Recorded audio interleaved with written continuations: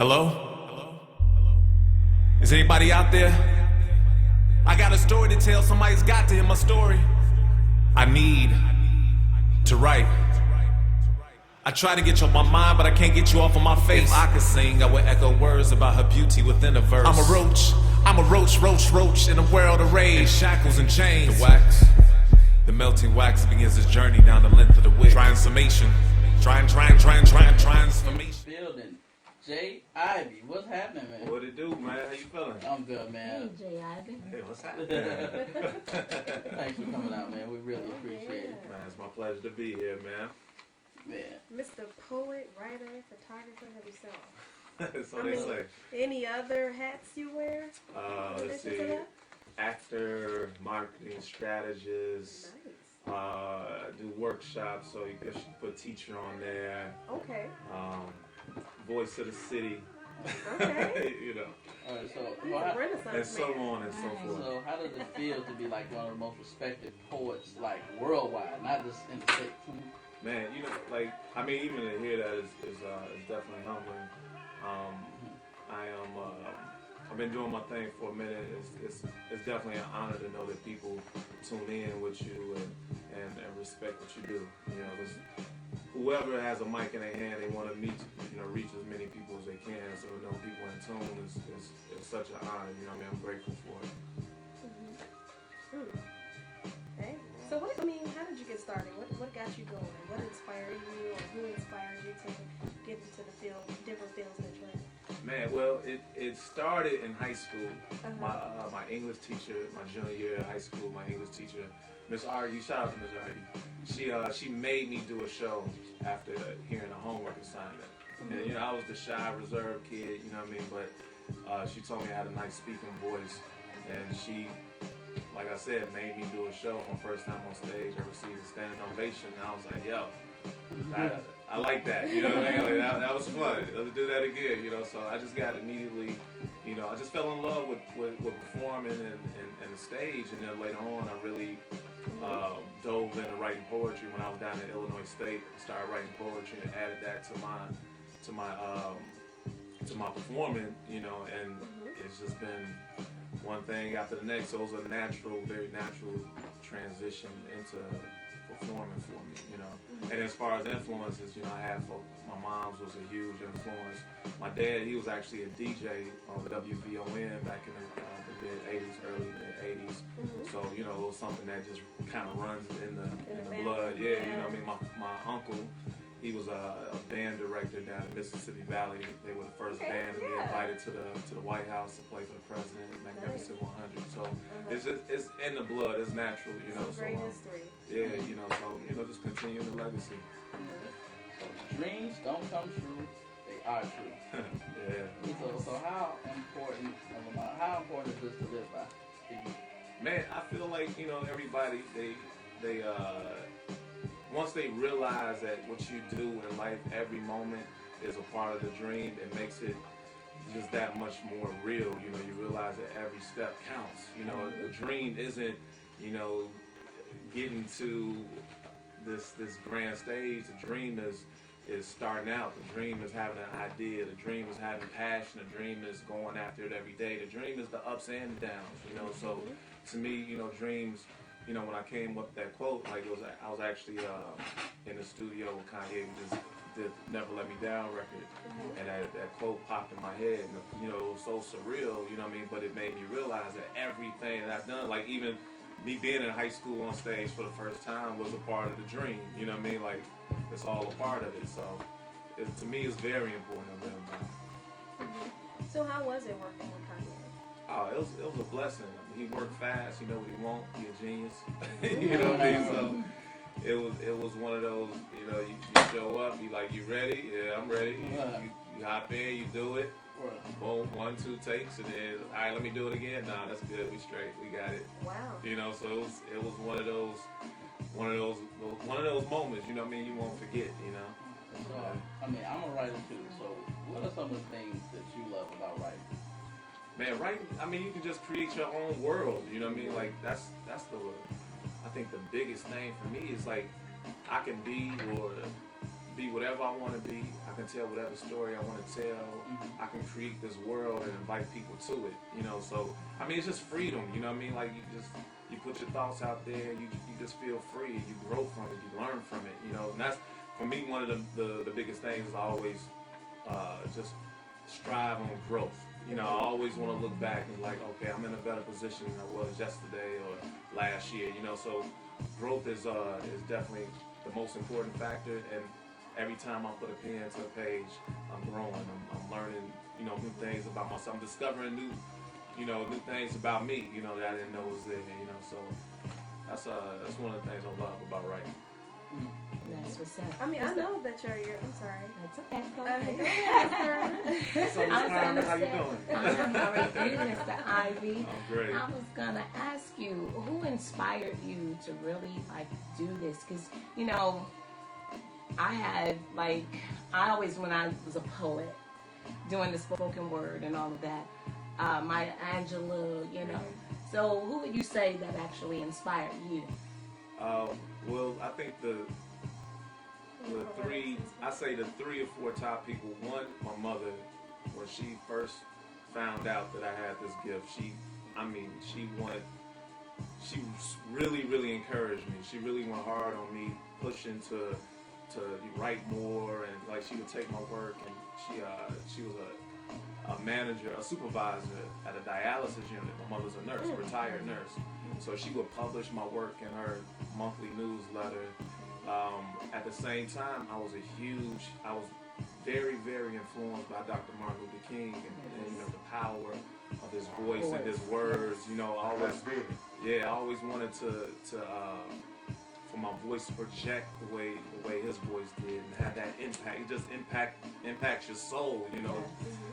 And then on the poetic side, you know, Gil Scott-Heron, the Last Poets, you know, they were huge influences. But at the same time, I'm a hip hop baby, you know. So Common, Big Daddy Kane, Tribe, you know. So like I was a huge Slick Rick, you know. I was a huge on lyrics and storytelling, you know. So you know, I had a lot of different influences, you know, but those probably the main ones. Yeah.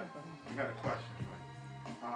How did you do that NFL, NBC Sunday Night Football anthem? Well, the NFL joint actually goes back to I actually did do a joint for the NBA, for the NBA Finals back in '04. That led to me doing something I did the intro for the Orange Bowl when Reggie Bush and Adrian Peterson played. It was Oklahoma and USC, so I did the intro for that. And then some people saw that work, and they was like, man, can you do Monday Night Football? So I did Monday Night Football. So then those people, they left ABC and saw them with the NBC. It was like, yo, we want to do what you did, you know, for the other joints. Let's do it over here. So I ended up doing I did the intro for the 2009 season, then I did the intro for the 2011 season, you know, so.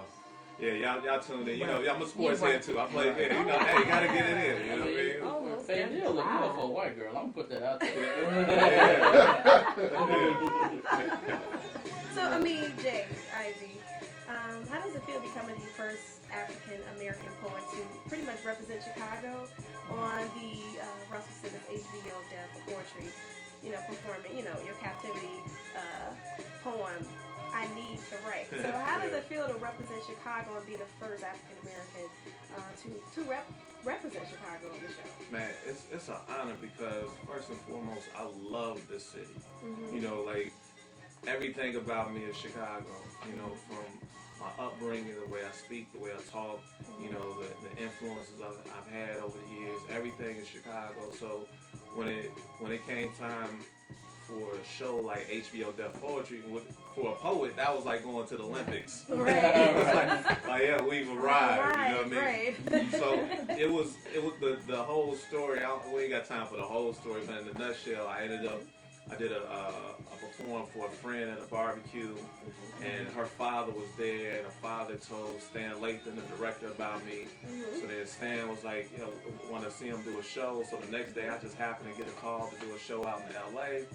So I go do this show, and Stan Lathan actually came out to see me. And now I put it down. Like that was one of them shows. Like yo, like you had some shows like that was one of them shows. Like yo, that was dope. Right. That was the that was a perfect good one. time to be dope. You know, You know. yeah, he and then he told me all about the show afterwards, and then a month or so later, man, I'm on a plane in New York, and and I pull into Times Square, and and I'm just thrown, just amazed by the big lights and the city you always heard so much about, and then to get into the arena with the poets, and to get onto this stage, and you got the cameras, and it's a packed house, and that millions and millions of people are going to see this show. I mean, it was unbelievable. The feeling, the emotions that were running through me, and to finally just get to the point where doing my thing, it was just, I felt right back at home. So it was it was a blessing, truly a blessing. Yeah. Quick, tell us about your latest album, Here I Am. Man, Here I Am. Y'all check that. I got Yeah, I was a waiting on copy you to for pass you. that. Yeah, there you go. Keep moving. Go ahead, take one, pass it down. Yeah, so Here I Am, man. This is my album I put out at the end of 2010, and I just music to me drives everything, so I wanted to find the right production, the right beat, and put my poetry to it. Like a lot of people like, yo, I get my album like, oh, so you rapping? I'm like, no, it's poetry. Like it's poetry, but it's I love the album. I have people like Jesse Boykins and the Last Poets on here, Jessica Caremoore, Harry Winuel, Listening Ambassador, and to me, man, like I love this album, so I, definitely check it out. And then the album is actually the soundtrack for the book. The book is called Here I Am, Then and Now, which is coming out next month. And Here I Am, Then and Now is the conversation for the album. So, it's one that I really enjoy. You got one, Jeff? Yeah, right now. Hit up the track. What track you on? Right now, this is Warplay right now. And this was the video was on MTV2, MTV Down, and MTV Youth. With the weapons of mass destruction. It's a war going on. It's a war going on. It's a war going on. It's a war going on. Guard your home. Yo, I'm waking up the coast west, the sounds of guns busting, wonder who's next. Another child soldier clings to his last breath. Instead of army boots, he's rocking Timberlands. Not fatigues, just the jeans and the rubber boots. The blocks surrounded news cameras to tell the story. Cause the ghetto's just the occupied territory where rebel fighters still clash with government troops. Our views not in the news, you choose to call it the truth. But this is not Sudan or the Congo. This is Chi-Town, Brooklyn, in the front row. Where cops are worse than the stick-up kids. They beat them down, shoot them down, put they stick up kids. Taste the Abdul Rima, just the words of a dreamer. Got you feeling like the aftermath of Katrina. How they calling you a refugee in your own land. A war going on, the truth is in your own mind. It's a war going on. It's a war going on.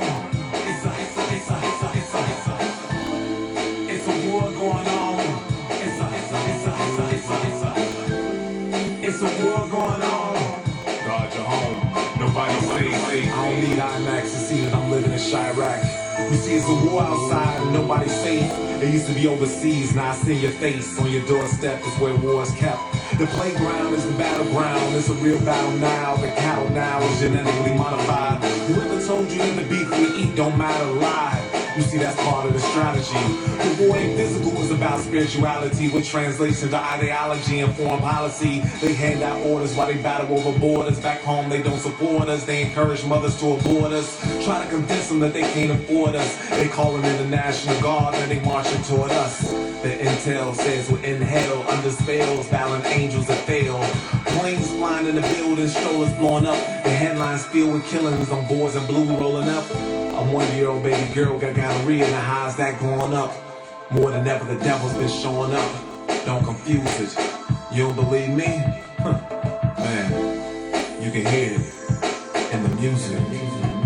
Yeah, right there. Let's talk about your book for a little bit, man. What was your inspiration behind that? I mean, the main inspiration for the book was the album.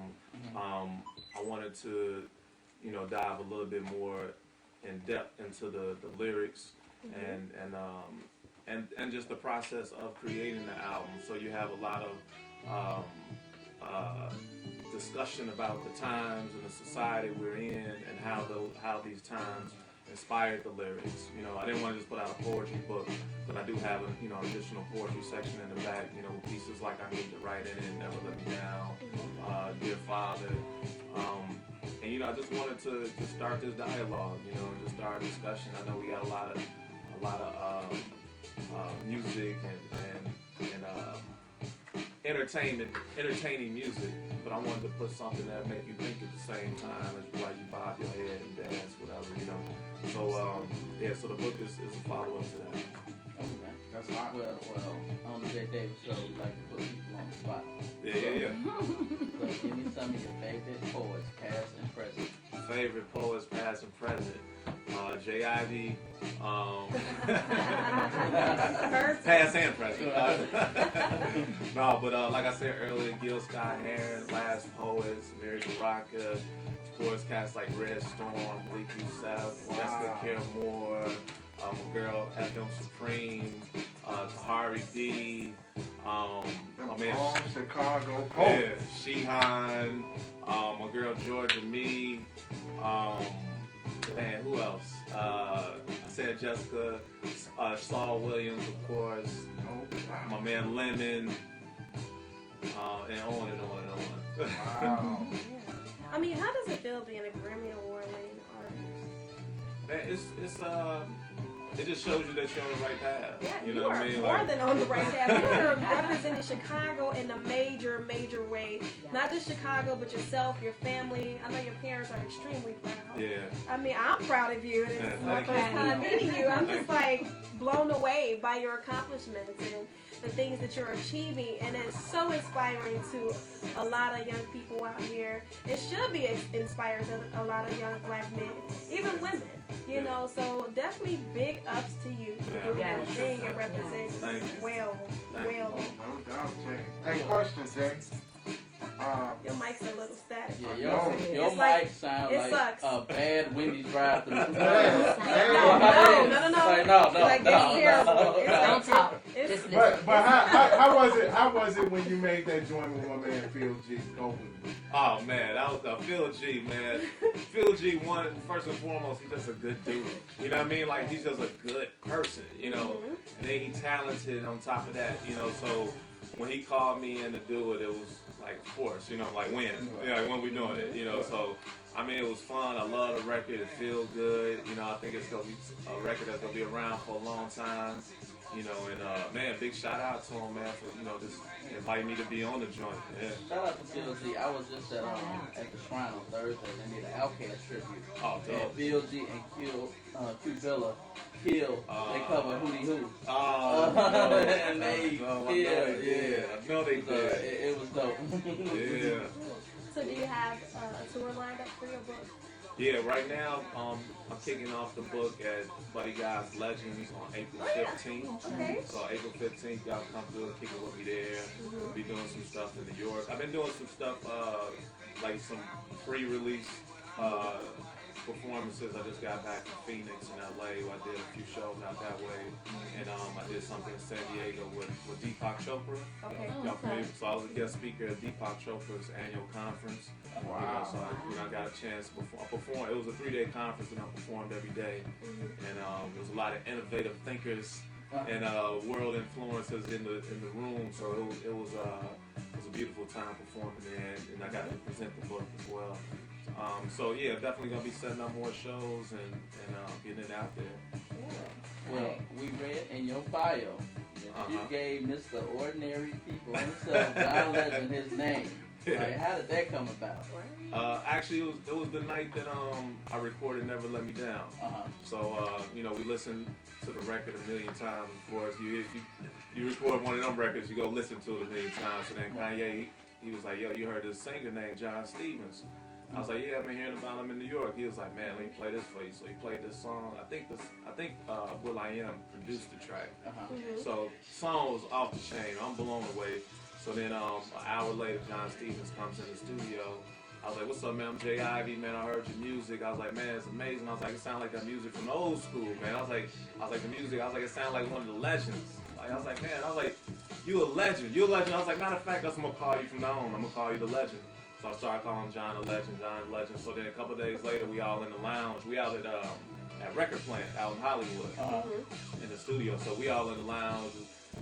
Me, Kanye, Tari Teray, Cootie was there, Malik Yousef, a few other people. So John Stevens, he walks in the room. You know, somebody walk in, everybody shouts you out. Everybody, John Stevens, John Stevens, John Stevens. And everybody quieted down. I was like, John Legend. And everybody looked at me. They looked back at John. They was like, oh, that's your new name from now on. You know, so I mean, it was just one of them. do they cut you a check for that? Cause I'm still waiting on that check. Yeah, that was one of those marketing plans. That's a great name. That was one of those marketing plans. Like, here you go. Like, Wow. we're waiting on that one. Right. So John, you gotta compensate you some kind of way. Tell us about your Right to Live Academy and the Dear Father Initiative. Well, the Right to Live Academy is the umbrella on the workshop side of what I do as far as with kids. I do a lot of public speaking, motivational speaking, a lot of poetry workshops with the kids, and we're starting at Right to Live Poetry Academy. Myself and Tari Teray. I don't know if y'all know Tari. She's a two-time Grammy winner, incredible vocalist. So we started this Leadership and Poetry Academy to teach kids writing, different styles, just different, as well as leadership, training within the academy.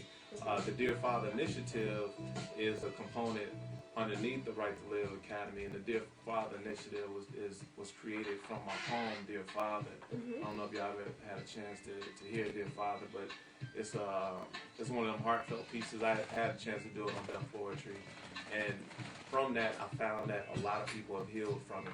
Like my father, he was there when I was younger, then he wasn't there, and then then he passed away, and then there was a lot of pain and emotions that I had to deal with. And one of my theories is if you don't deal with your emotions, one day your emotions will deal with you. So I wrote this poem, and the more that I read it, the more I performed it, the more healing I found. And the more I shared it with people, the more I found that it healed others. So the Dear Father Initiative is a huge outlet to just reach out to children as well as adults who haven't dealt with the pain of not having that father in their lives. Because I feel like the pain, it'll hold you back. It won't allow you to grow. And for me, like I was at that point, and I'm like, I gotta get this just out of my system, So I wrote this poem, and man, if you hear it, it sounds like the saddest piece ever, but it was actually the happiest poem I've ever written in my life, because it made me a much better person, a much better man. So because it allows you to grow, it allows you to thrive, like you said, to let it out, vent, and go from there. Which is good that you're bringing back to the community those opportunities to show them how to move past things that may have hurt them in their lives, and being fatherless. So it's good that you created an outlet for them, so that we can create a better world. Especially within the Black community. So definitely big ups to you on that as well. And thank you so much for representing Chicago. Chi-Town, hey, Chi-Illy. And then he loves Chicago too. Yeah. So I was like, hey. No city like it in the world. Man, well, a lot of people just say, hey, I work with, well, not a lot of people. People say I work with Kanye and other people like that. I just feel to have a writing credit for Kanye and John Legend. Man, it feels good. It's like, the proof is there, I'm like, this is what I do. I've been doing it. I was doing it long before I had a chance to work with them, and people recognize what I did long before. But, it's further validation of, what you're doing, and me knowing my purpose and not allowing the haters and all those negative people that was like, oh, poetry is whack, what you do? Oh man, you know, like I was a dude doing poetry back when it wasn't cool for a dude to be doing poetry. Now it's like, oh, you're a poet? All right, yeah, but back then it wasn't, you know what I mean? Like I had to, you know, damn near fight for for what I was standing on. Like, yo, God has given me this. This is what I'm doing. You know what I mean? I'm gonna keep on doing it. So when the time comes for, you know, opportunity to do a song with John Legend, like I did So High with him, like the original So High, you know, I did a verse on that, you know, and to work with Kanye, it's like, all right, you know, you're on the right path, you know, to do stuff with the NFL, the NBA, and, you know, all these other different things, you know, it's like, all right, you're on the right path, you know. Word on the street is made an appearance on ER. How was that? Yeah, that was dope. That was dope. Yeah, you know, it was this poetry scene they had on the episode of ER with Danny Glover was on the episode, and then Mekhi Phifer, he was there, and you know, that him and a few of the other doctors went to this poetry spot, and I was the poet on stage performing. Yeah, so that was. How old is Danny Glover? Like 106? Yeah, I think he was like 105. He was 60 when The Color Purple came out. Yeah, Danny up there, man. He up there. Yeah. I mean, do you have any other acting gigs lined up for you?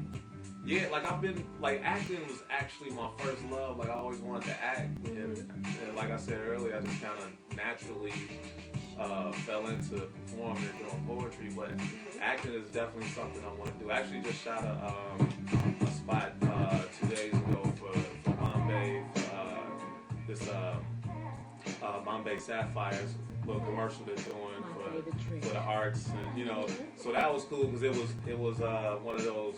It wasn't me doing poetry, it was just me acting, you know, so that's one of those, you know, drops in a bucket that I want to continue to fill up, you know, because I love acting, you know, I've done some stuff here and there, and I'm looking to do a lot more of it, you know, yeah. All right, another on-the-spot question. All right, let's go. What do you feel makes a good songwriter? Oh, man, a good songwriter is somebody who can lyrically tell a story well. At the same time, you know, they have all the elements of the passion in it. They have the ability to make you connect with what they're saying. You know, you can relate to it. They can paint a picture. You know, somebody who you don't have to be there, you know, in the room, but they create this world, and you see it, and you in it, and you feeling everything about it. You seeing the colors in the room, and you know, you smelling, you know, the smells, you know, from a record. You know, that's somebody to me who was a good or a great songwriter. Somebody who can just tell the perfect story. That sums it up. Yeah. Right. In a nutshell. Yeah, in a nutshell. So, also, we heard you start doing some photography work too. Yeah, man. Yeah, photography, man. I've always had an eye, you know me, but lately I've been putting more of it out there. My Instagram game is kind of, you know, I'm stepping my Instagram game up, so y'all check me on there, J_Ivy. But in my next book, I'm gonna have my photography in it as well. You know, I knew it was good when I took my photos and framed them up and put them around the crib. I was like, oh, what? Yeah, you know, and then people come over like, man, who took this? I'm like, yeah, that was me. Who took this? Like, yeah, man, you should be doing something. Yeah, I am. You know, so yeah, so I definitely check for my photos. You know, that's something I do brag on. My photo game is crazy. Right. It's crazy. The eye is crazy. You know? What are some of the things that you're going to actually capture? Man, everything. Like I'm one of them landscape type of people. Like yeah, like I love just, you know, like I can show y'all some of my pictures. I know y'all out there can't see them, but I'll show y'all some. Too bad y'all not here. Yeah, you know. Right. Yeah. So, but I love landscapes. Just, you know, capturing stuff that people they might not look at twice. You know what I mean? But to me, I see a story in it. You know, so I like to capture that. You know. Have you seen the Chicago skyline? I forgot where you actually would capture that. I think it's from the Expressway. I'm just really trying to find a way to get this skyline at night. It is like so awesome. It's I think from no, not from 12. I think from 94 you can see like the entire downtown area. It is like beautiful, but I've yet to see anyone capture that because of where it is. It's like, South on 94. yeah, and it's like, I guess it has to be no traffic, you know, and when is that ever? Right, right. So, you know, I got some nice skyline shots. Like Really? one of my spots. Actually, where I wrote, I need to write is at the point. So Okay. like, if you go to the point over on 60, Yeah. 60, is that third? Yes, it's Second? the- Yeah. So you go to the point. You know, you're not as close, but the view is incredible. You know, you got the lake, you got the skyline. You know, you catch it when the sun is set. Oh, yeah. You know, and I have this picture already, by the way, people, so I'm just trying to take my shot. But anyway, but yeah, no, that was actually one of the pictures that I framed up. You know, it's just a beautiful shot of the city. You know, watch my still loading up. And name some of the artists that you're expecting in the game right now in the industry. Man, I was actually just listening to on my Pandora, Kendrick Lamar, my Kendrick Lamar station. You know, I love Kendrick. Love cats like GLC. Who else am I rocking with right now? Like everything right now lately has been mostly old, but then you do have cats like Phil G and Q Billa. You know. Man, I'm going blank right now. I've been on my old school mostly lately, so that's why I'm going blank. No, there's nothing wrong with that. absolutely not. There you go. Oh, that's dope. That is hot. Where'd you go to take that?